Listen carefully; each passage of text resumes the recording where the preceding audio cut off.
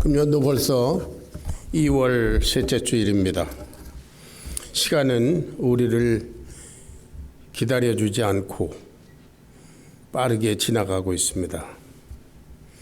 이토록 귀한 시간, 여러분들은 오늘 이 교회당에 나와서 예배 드리는 것을 선택하신 분들입니다. 여러분들은 다른 곳에 있을 수도 있지만 여기 와서 예배자가 되는 것을 선택하신 분들입니다. 하나님의 측면에서 보면 여러분들은 하나님께로부터 선택받은 분들인 줄로 믿습니다. 비단 예배 모임뿐만 아니라 우리 살아가는 인생 자체가 선택하거나 선택받거나 하는 그런 삶의 연속입니다. 나라를 위해서 일하겠다는 사람들은 투표를 통해서 그래서 선택을 받습니다. 학교에 들어가기 위해서 시험을 쳐서 선택받고요. 결혼도, 교회도, 삶의 환경도, 그리고 친구도, 물건을 고르는 것도 전부 다 선택의 연속입니다. 우리 인생 자체가 선택받느냐 선택하느냐 그것으로 점철되어 있습니다. 오늘 말씀은 여러분들이 지금 조금 긴 본문을 들으셨는데요. 예수님께 반항하던 사도 바울이 도리어 예수님께 선택받는, 그래서 예수님께 헌신하는 그러한 내용을 기록한 것입니다. 바울은 지금 아그리빠 왕이라고 하는 당시 그 유대 땅을 다스리던 그 분봉왕, 허수아비 왕이지요. 그 사람과 그리고 당시 그 팔레스타인 지역을 지배하던 로마의 총독 베스도, 그 두 실권자 앞에서 자기의 신앙을 간증하는 내용입니다. 그리고 거기에는 물론 바울을 고소하는 그런 유대인들, 종교 지도자들이 있습니다. 자기 신앙을 이렇게 말하는 거, 이것을 우리는 간증이라고 얘기합니다. 테스티모니라고 그러죠. 근데 오늘 본문을 보면 사도 바울이 내가 예수님을 믿기 전에 이렇게 살았습니다. 그런데 내가 이렇게 예수님을 믿게 됐습니다. 그리고 예수님을 믿은 후에 나는 이렇게 됐습니다. 그 얘기를 오늘 하고 있습니다.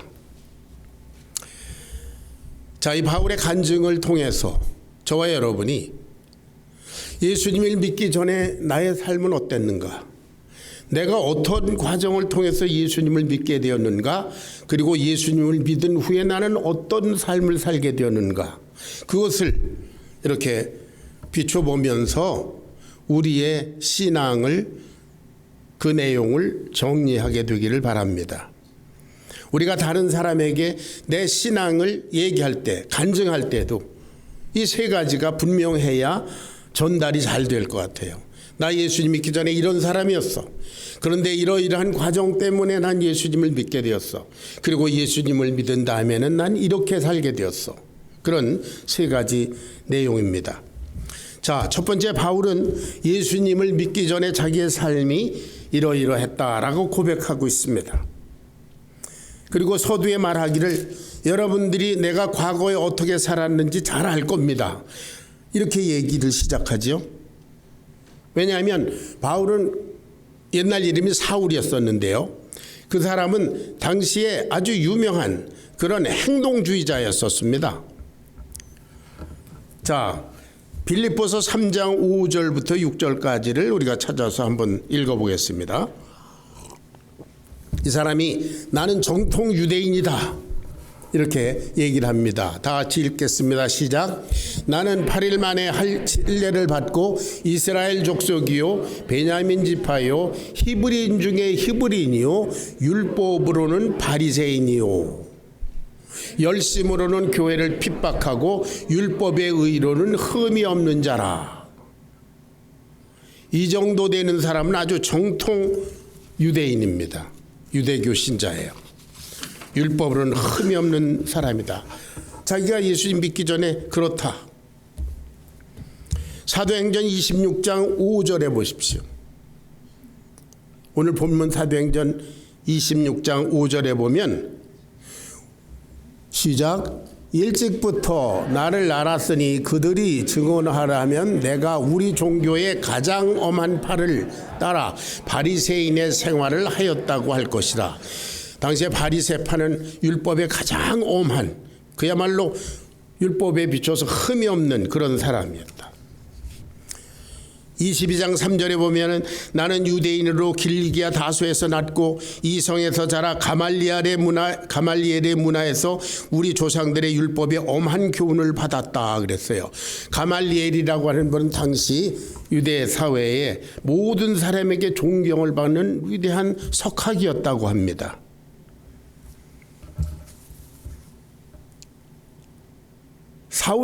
바울은 율법으로나 유대인 혈통으로나 그 성장 배경으로나 그리고 자기 믿는 신앙의 내용이라거나 그리고 그 공부나 율법에 대한 공부나 이런 것이 거의 탑 클래스였습니다. 그리고 그는 하나님이 우리 조상에게 약속하신 것을 바라는 믿음을 가졌다. 하나님께서 이제 앞으로 너희들 가운데서 메시아를 보내겠다. 그렇게 약속하셨어요. 구약 성경 내내 그 약속을 기다리는 사람입니다. 구약의 율법에 의하면 흠이 없는 사람입니다. 아주 철저한 신앙인이고 행동주의자고 믿음뿐만 아니라 행함을 아주 결사적으로 하는 그런 사람입니다. 그런데 바울의 문제가 뭡니까? 그는 구약 성경을 전통적으로 그리고 자기중심적으로 그렇게 해석하고 적용하고 그러는 바리새파의 이론이었습니다. 이 사람들은 앞으로 올 메시아는 마치 모세와 같은 사람. 지난 주일에 우리가 암송한 말씀이 있건데 신명기 18장 15절 여러분 다 암송하셨습니까? 다 같이 시작. 내 하나님 여호와께서 너희 가운데 너희 형제 중에서 너희를 위하여 나와 같은 선지자 하나를 일으키시리니 너희는 그의 말을 들을지니라 그랬어요. 나와 같은 선지자, 너희들을 애굽의 종살이에서 해방시킨 구원하게 한 그런 나와 같은 선지자. 그러니까 이스라엘 사람들은 그래 우리가 지금 로마의 압제를 받고 있어.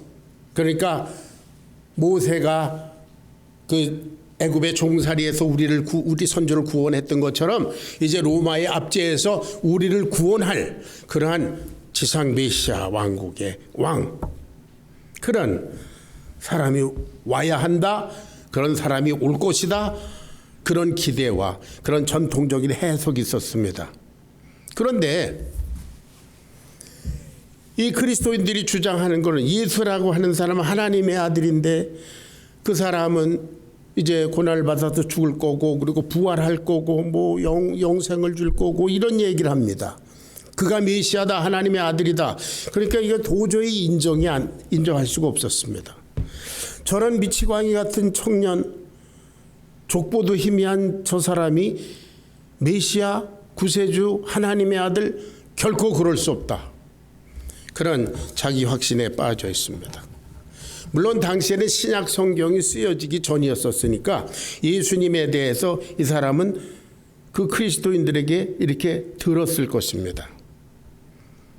그러니까 더더욱 이해가 안 됐어요. 그래서 어떻게 했습니까? 이 사람은 9절에 보겠습니다. 9절, 26장 9절에 나도 나사렛 예수의 이름을 대적하여 범사를 행하여야 될 줄로 스스로 생각하고, 그래서 이 나사렛 예수라는 이 미치광이를 대적하는 거, 핍박하는 게 내가 하나님을 위해서 할 수 있는 일이다, 그렇게 여겼습니다. 그래서 어떻게 했다고 그랬어요? 10절 대제사장에게서 권세를 얻어가지고 많은 성도를 옥에 갖다 쳐놓습니다. 또 그리스도인들을 처형할 때 어떻게 했다고 그랬으며 또 죽일 때 내가 가편 투표를 하였다. 특별히 스데반 집사가 예루살렘에서 돌로 쳐 죽임을 당할 때 그때 사울이라는 청년은 그것을 지도하는 사람이었습니다. 또 모든 회당에서 여러 번 형벌하여 강제로 모독하는 말을 했다. 그리스도인들에게 협박을 해서 너 그리스도는 예수라는 자는 미치광이다 그렇게 말해라. 그리고 심히 격분하여 외국 성에까지도 가서 그리스도인들을 핍박했다. 이 사람은 놀라운 행동주의자입니다. 그런데 아마도 이건 우리가 생각할 수 있는, 상상해 볼 수 있는 일인데요. 아마도 이 사람이 이렇게 아주 극도로 분을 내면서 감정을 내면서 핍박하는 데는 이유가 있을 것 같아요. 이 크리스찬들을 이렇게 핍박하고 뭐 잡아 죽이고 옥에 쳐놓고 그러는데 이 사람들이 그래도 자기는 그리스도 예수가 그리스도고 그분이 하나님의 아들이다. 이 믿음을 버리지 않는다는 거죠. 예수라는 청년을 위해서 이 사람들이 목숨을 바친다는 거죠. 아마 그것이 사도 바울에게 사울이라는 청년에게 굉장히 쇼크가 됐을 것 같아요. 그래서 이 사람은 아마도 자기 신념, 자기 확신을 지키기 위해서 더욱 크리스찬들을 핍박했는지도 모릅니다. 다른 바리새인들, 대제사장들은 다 예루살렘에서 그저 있는데 이 사람은 저 다마스커스까지, 그 예루살렘에서 다마스커스까지의 거리가 약 200마일쯤 됩니다.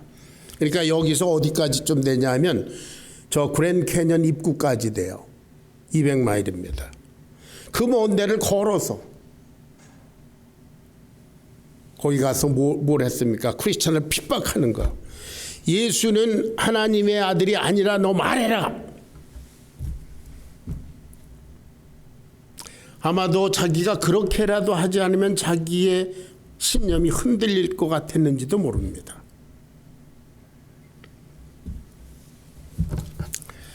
여전히 살기가 등등했다 그랬습니다. 내가 그런 사람이었다. 예수님 믿기 전에 얘기하지 않습니까? 나 이런 사람이었었어. 하나님의 원수였었고 예수 그리스도의 원수였었고 크리스찬들을 핍박하고 잡아 죽이는데 앞장섰던 행동주의자였었어. 그런데 어떻게 예수님을 믿게 되었다고 얘기합니까? 어느 날 그가 아직도 살기가 등등한 채 다마스커스로 가고 있었습니다. 그 약 200마일 거리를 다만 크리스찬들을 잡아서 옥에 쳐놓고 핍박하기 위한 목적으로 갑니다. 얼마나 대단한 열정입니까? 그때 정오인데도 불구하고 해보다 더 밝은 빛이 자기에 비추었기 때문에 그 사람 쓰러졌다고 그랬죠. 그리고 소리 들렸어요. 사울아 사울아 내가 어찌하여 나를 핍박하느냐. 사도행전 9장의 같은 간증을 보면 주님 누구십니까? 선생님 누구세요? 나는 내가 핍박하는 예수라.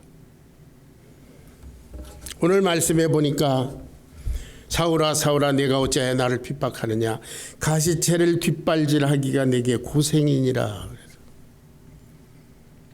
여러분 가시채를 뒷발질한다는 게 뭐냐면은 그때 당시에는 그 채찍에다가 끝에 쇠파편을 쇠붙이를 붙여가지고 소나 말을 이렇게 컨트롤할 때 때렸다고 합니다. 그런데 맞으면 소나 말이 잘 순종하고 밭을 갈고 짐을 나르고 그러면 되는데 이게 어떤 동물은 가시채로 때리면 뒷발질을 한다는 거예요. 그러면 어떻습니까? 주인이 너 싫어하는구나 그러고 말아요. 계속 더 강하게 가시채를 뒷발질하는 동물은 순종할 때까지 맞는 거죠. 순리대로 살아야 할 텐데 하나님의 역사를 따라서 순종하면서 살면 되는데 너 지금 가시체를 뒷발질하는 동물과 같구나, 그런 뜻입니다. 나는 내가 핍박하는 예수라. 자, 크리스찬들에게, 자기가 잡아 죽이던 사람들에게 듣던 얘기. 예수는 하나님의 아들이십니다. 그분은 십자가에 죽으셨고 우리 죄를 위해서 죽으셨고 그리고 그분은 부활하셨습니다. 그리고 승천하신 걸 우리가 우리 눈으로 봤습니다. 아니야, 그럴 수 없어. 그리고 두들겨 배우 감옥에 쳐놓고 사형시키고 그랬잖아요. 바로 이 순간에 사도 바울이 깨달았을 거예요. 아, 예수가 부활했다더니 과연 사실이구나. 지금 내게 말하는 그 예수, 그렇다면 그가 한 모든 말이 다 진리가 아니었겠는가? 예수는 죽을 수 없는 하나님의 아들이구나. 그리고 예수는 사울처럼 자기를 대적하는 자를 부르시는 사울아 사울아, 그런 하나님의 아들이구나. 아마 이런 걸 깨닫지 않았겠어요. 사도행전 9장에 있는 그의 간증을, 똑같은 간증입니다. 그것을 보면 어떻습니까? 이 사람이 그 순간에 눈이 멀었다고 그랬어요. 아무것도 안 보이는 캄캄한 암흑에 잠겼다고 했습니다. 그래서 사람들에게 손에 이끌려서 동네에 들어가서 3일 동안 물도 먹지 않고 식사도 안 하고 3일 동안을 버텼다고 합니다. 갑자기 맹인이 되었으니까 얼마나 고통스러웠겠습니까? 그 깜깜한 암흑 속에서 이 사람은 무엇을 생각했을까? 26장 16절 17절 18절을 같이 읽어봅니다.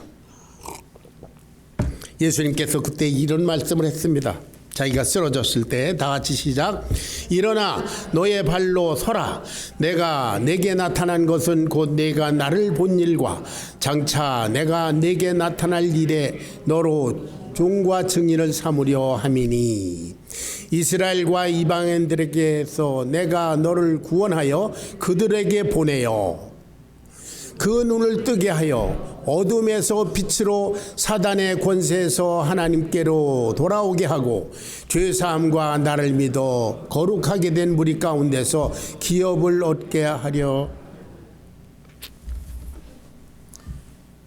자기가 쓰러졌을 때 예수라 하는 분이 하신 말씀이 생각났습니다. 내가 너로 증인과 사환을 삼았다. 내가 너를 선택했다. 무엇을 위해서? 이스라엘과 이방인들에게 가서 너희들 그 눈을 떠라. 영적인 눈을 떠라. 그래서 어둠에서 빛으로 사단의 권세에서 하나님께로 돌아와라. 이런 메시지를 선포하라고 내가 너를 선택했다. 그런 말씀이 생각났습니다. 여러분, 우리들은 자기 자신이 눈으로 보는 것, 그것을 절대적인 것처럼 생각하기가 쉽습니다. 그리고 자기가 지금까지 알고 있던 내용을 쉽게 포기하려고 하지 않습니다. 자기가 믿던 것을 포기하고 난 이렇게 생각했었는데 아니구나, 그렇게 인정하면 자존심 상해 합니다. 그래서 사람들은 자기 생각, 자기 경험, 자기가 본 것이 틀리다는 것을 좀처럼 인정하지 않습니다. 이게 죄인의 근성입니다. 세상에서는 그런 고집센 사람, 저 사람 고집 대단해, 그렇게 얘기해주면 그건 죄인이라는 뜻이에요. 아담은 하나님께서 부르시는데도 불구하고 자기 주장을 굽히지 않았습니다. 자기의 고집을 끝내 꺾지 않고 나무숲 속에서 안 나왔어요. 그래서 용서받을 기회를 스스로 걷어차 버리고 그리고 저주의 죽음에 처하게 됐습니다. 가인은 어떻습니까? 하나님께서 다 이르시는데도 불구하고 듣지 않았습니다. 자기를 고집하면서 결국 살인자가 됐습니다. 사울이라는 왕은 사무엘 선지자를 통해서 하나님께서 주신 메시지를 거역했습니다. 그리고 거짓말과 위선과 자기 합리화로 그리고 변명을 합니다. 이 사람들은 다 어떻게 됐습니까? 철저히 멸망했습니다. 여러분, 그 근성이, 그 죄성이 저와 여러분들에게 오늘도 흐르고 있습니다. 자기의 것을 끝까지 고집하며 영원한 죽음의 길을 향하면서도 스스로 돌이키려 하지 않는 것, 회개하지 않으려는 것. 예수는 그리스도다. 예수님은 하나님의 아들이시다. 예수님을 믿어 구원받고 죄사함 받고 구원받고 천국 백성이 되라 하는데 고집을 꺾지 않습니다. 스스로 지옥문을 향해서 걸어가고 있습니다. 여러분, 그 책임은 자신이 져야 합니다. 여기 사울도 자기의 신념을 꺾으면 마치 자기 모든 신앙이 완전히 무너지는 거잖아요. 그걸 꺾으면 자기 존재가 완전히 비참하게 될 것 같아서 아마도 그래서 더 강력하게 그리스도인들을 핍박했습니다. 그것을 예수님께서는 너 가시채를 뒷발질하는 헛된 노력, 너 스스로를 망하게 하는 짓이다. 그거 포기하고 순종해라. 이렇게 말씀을 주십니다. 그래서 바울은 예수님의 이 말씀 앞에 자기를 포기하였다. 지금 그렇게 간증하지 않습니까? 여러분, 이것은 놀라운 축복입니다. 예수님의 말씀 앞에 자기 주장을 포기하는 것, 거룩하신 하나님 앞에 자기가 어떤 악한 죄인인가 하는 사실을 인정하는 것, 그리고 모든 인생들 나를 포함해서 시시각각 죽음을 향해서 가고 있다는 실존, 그것을 인정하는 것. 여러분, 이 모든 것을 인정하는 것은 지혜로운 사람만이 할 수 있는 그런 선택적 결정인 줄로 믿으시기 바랍니다. 정말 지혜로운 사람은 선택을 잘하는 사람입니다.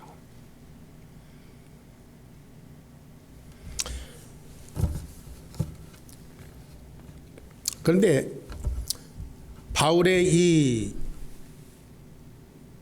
사건을 공부할 때마다 사람들이 그런 의문을 가집니다.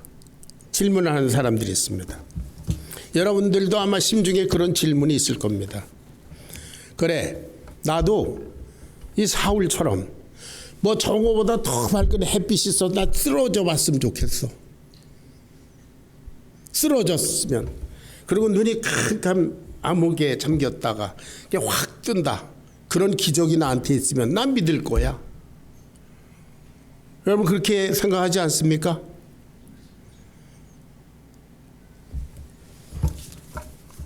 제가 다 합니다. 아니, 좋게 다 합니다. 사도 바울처럼 그런 일 있으면 내가 믿지. 그러나 여러분, 출애굽기 20장에 보면 하나님께서 당신의 임재, 하나님이 그 신의 산에 나타나 계시다고 하는 그런 현상을 보여준 적이 있습니다. 뭇 백성이 우레 소리와 번개와 나팔 소리와 산의 연기를 보고 이스라엘 백성들이 떨었습니다. 야, 우린 죽었다. 그래서 외치기를 모세한테 하나님이 당신한테 얘기하고 당신이 우리한테 전해주지, 이렇게 하나님이 직접 나타나시는 모습을 우리 보게 하지 마세요. 우린 죽을 것 같습니다.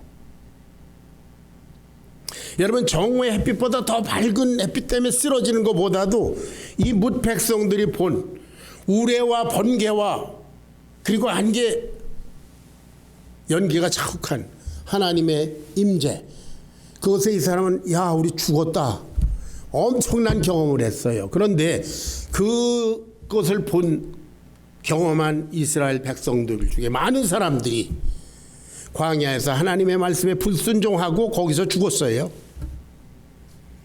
그뿐입니까? 예수님 당시에 예수님께서 행하시는 그 모든 기적들을 가까이서 본 사람 중에도 많은 사람들이 예수님 믿지 않았습니다. 이건 뭡니까? 여러분들에게 지금 똑같은 빛이 나서 쓰러졌다 일어나도 안 믿을 사람은 아직 안 믿습니다. 하나님의 말씀으로 믿을 수 없는 사람은 그보다 더한 기적을 봐도 안 믿습니다.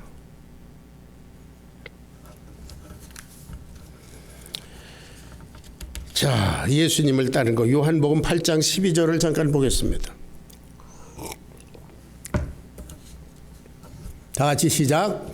예수께서 또 말씀하여 이르시되 나는 세상의 빛이니 나를 따르는 자는 어둠에 다니지 아니하고 생명의 빛을 얻으리라.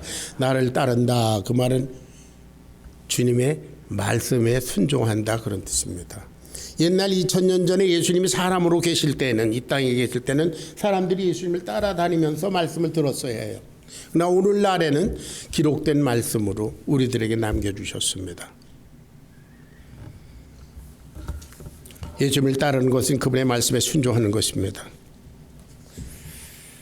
자신이 죄인임을 인정하고 그 모든 죄가 예수님의 십자가에서 용서되었다는 사실을 인정하고 그리고 그 예수님을 자기 인생의 주인으로 영접하는 것. 사도 바울은 그렇게 예수님께 자기 인생을 드리게 됐습니다. 그러면 마지막으로 바울은 예수님을 믿은 후에 어떻게 되었나? 19절 20절을 같이 읽겠습니다. 19절 20절. 바울은 자기가 예수님을 믿은 후에 이렇게 변화되었다고 간증합니다. 19절 20절 다 같이 시작. 아그리빠 왕이여, 그러므로 하늘에서 보이신 것을 내가 거스리지 아니하고 먼저 다메섹에서와 예루살렘에 있는 사람과 유대 온 땅과 이방인에게까지 회개하고 하나님께로 돌아가서 회개에 합당한 일을 행하라고 선전합니다. 그랬어요.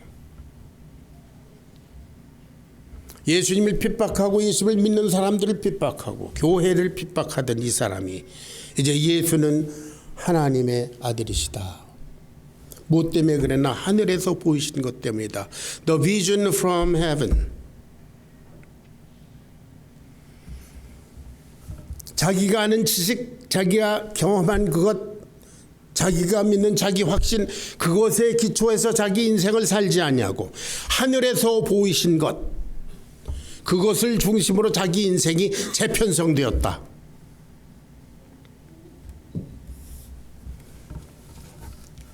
그리고 즉시 각 회당에서 예수는 하나님의 아들 그리스도라고 선포하기 시작했습니다. 어디에서?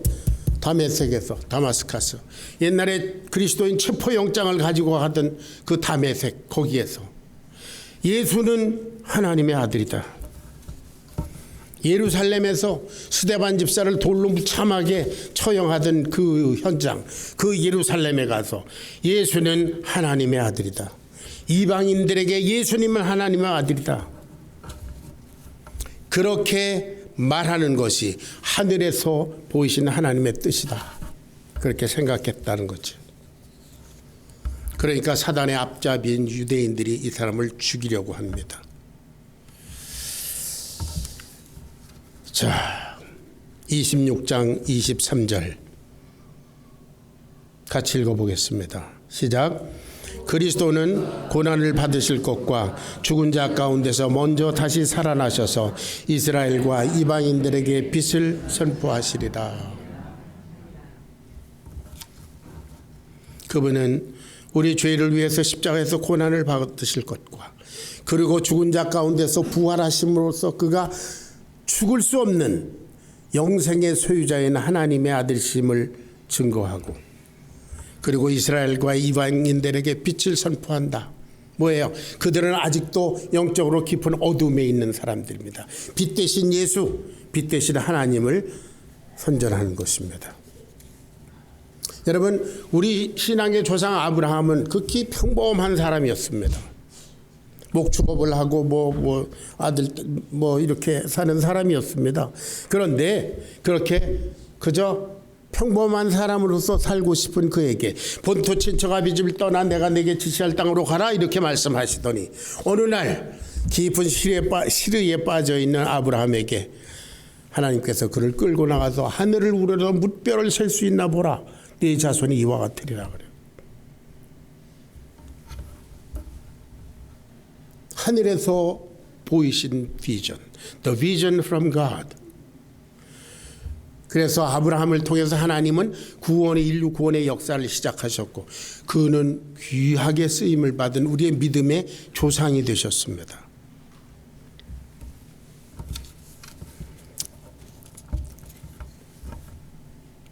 저는 여러분들이 잘 아시는 대로 지금 한 4년 이상 가까이에서 여러분들과 신앙생활을 하니까 여러분 잘 아시잖아요. 얼마나 부족한 사람인지. 저는 스스로 제가 무익한 종이라는 것을 잘 압니다. 저도 역시 세상의 기준이나 나의 작은 머릿속에 있는 것들을 기초로 살았던 삶을 청산하고 그리고 하늘에서 보이신 것을 따라서 목회 사역에 투신했습니다. 어제 그제 2월 14일은 저와 제 아내가 1982년 몬트레이 캘리포니아에서 처음 개척 예배를 드린 날입니다. 제 나이가 그때 38살이었고요. 38년 전의 얘기입니다.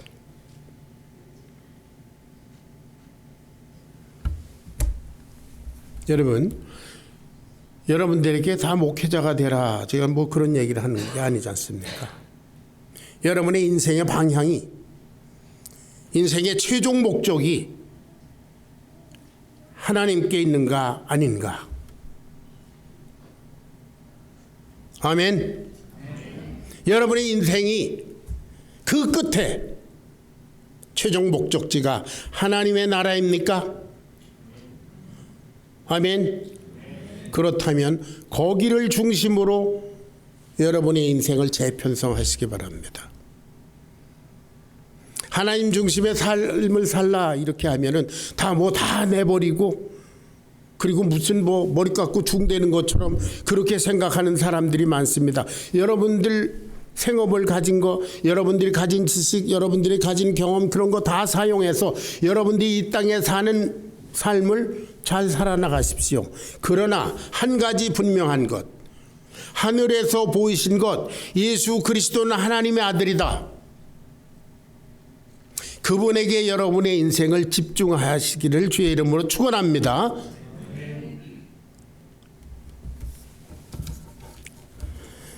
여러 번 말씀드렸지만 여러분이 자기 지식과 감정에 기초해서 사는 것은 여러분의 인생에 대해서 지극히 무책임한 것입니다. 여러분의 영혼은 너무나 귀중하기 때문에 하나님께서 당신의 아들 예수를 십자가에 내어주시기까지 하셨습니다. 그만큼 여러분의 영혼은 귀중합니다. 여러분 코비 브라이언트라는 그 농구 선수를 아시죠? 1월 달에 헬리콥터 사고로 죽었습니다. 그 나이 불과 42세였다고 합니다. 3억 5천만 불의 재산을 남겼다고 합니다. 마태복음 16장 26절에 보면 사람이 만일 온 천하를 얻고도 제 목숨을 잃으면 무엇이 유익하리요? 사람이 무엇을 주고 제 목숨을 바꾸겠느냐? 예수님께서 이 말씀하실 때에는 네가 온 천하를 얻고도 네가 지옥에 간다면 그게 다 무슨 소용이냐 그런 뜻입니다.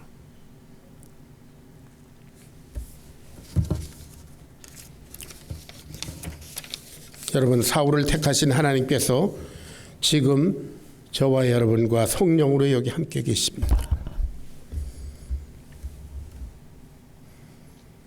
하나님이 세상을 이처럼 사랑하사 독생자를 주셨으니 이는 저를 믿는 자마다 멸망치 않고 영생을 얻게 하려 하심이니라.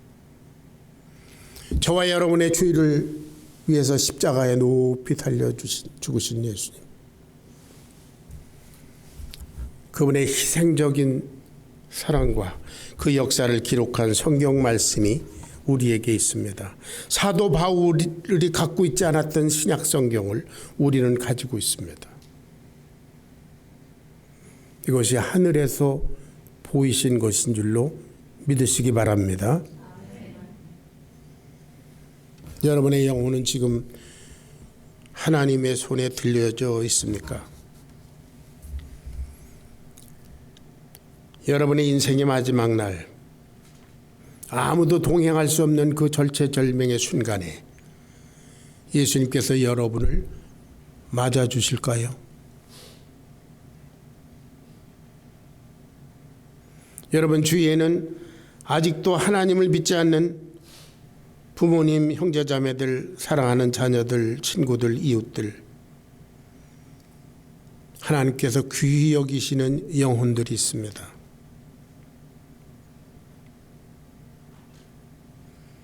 베드로후서 3장 9절을 읽어보고 마치겠습니다. 다 같이 시작. 주의 약속은 어떤 이에 더디다고 생각하는 것 같이 더딘 것이 아니라 오직 너희를 대하여 오래 참으사 아무도 멸망치 않고 다 회개하기에 이르기를 원하시느니라. 그러나 주의 날이 도적같이 오리라.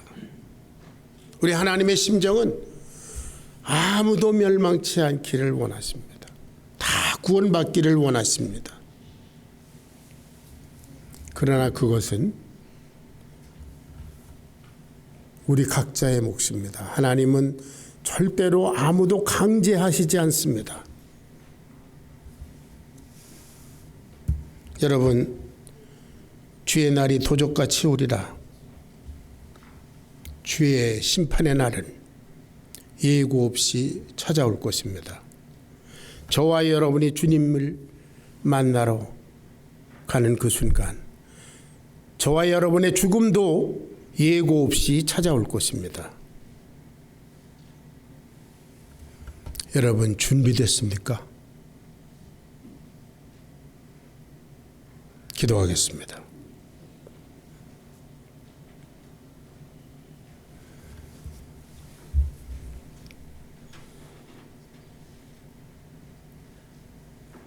예수님을 대적하던 사울을 불러 당신의 귀한 종으로 삼으신 우리 주님께서 지금 이 시간 말씀으로 성령으로 우리 가운데 함께 계심을 믿습니다. 가시채를 뒷발질하기가 내게 고생이니라. 사울에게 들려주신 그 귀한 말씀이 오늘 우리 심령을 울리는 줄 또한 믿습니다.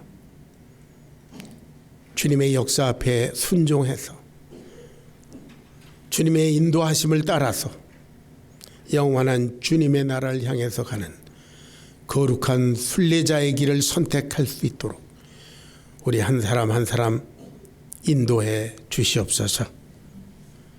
저희 삶을 온전히 주님께 올려드립니다. 감사합니다. 저희를 구원하신 예수 그리스도 우리 주님의 귀하신 이름 받들어 간절히 기도하옵나이다. 아멘.